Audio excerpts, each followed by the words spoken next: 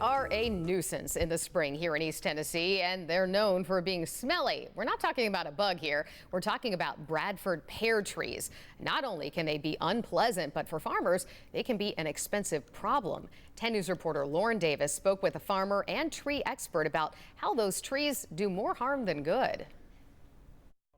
Thomas Cowan grew up on a farm in Seymour. He says these trees are everywhere on his farm. In the beginning, they wasn't too bad, they were kind of in the fence rows, but as more they spread, the more they got out into the hay fields and pasture fields. David Vandergriff, a consulting arborist and horticulturist, says Bradford pears were initially brought to America in the early 1900s. He says researchers wanted to breed a more disease-resistant tree, and they quickly became used for landscaping because of their hardiness. They became popular in the late 50s, early 60s, and just kept becoming more popular and being more widely planted. The Tennessee Invasive Plant Council has named the Callery pear family as an established threat. This means these trees escape from cultivation and have become natural in the wild. They wouldn't pollinate and produce fruit and other trees.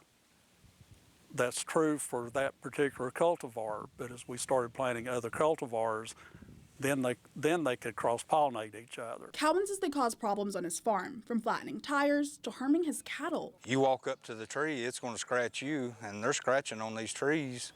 And then, if the barbs fall on the ground and they step on them, then they got an infected foot. Vandergriff says the trees are also costly for farmers like Cowan. Buying herbicides to try to control the sprouts, if they try to cut the things out, then that's money that he can't spend on fertilizer or some of the other more necessary expenditures. He says because they're not native to the U.S., they don't have competitors in nature here. They crowd other things out.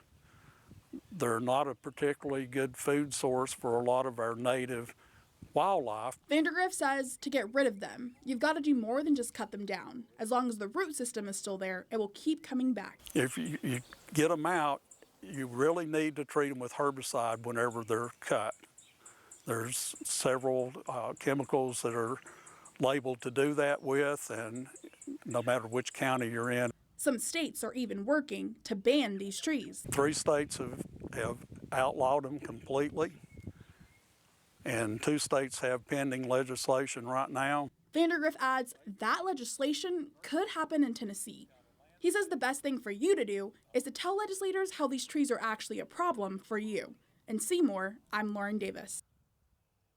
David Vandergriff says another problem with the trees is the weak structure. He says this could lead to property damage for anything that is underneath those trees.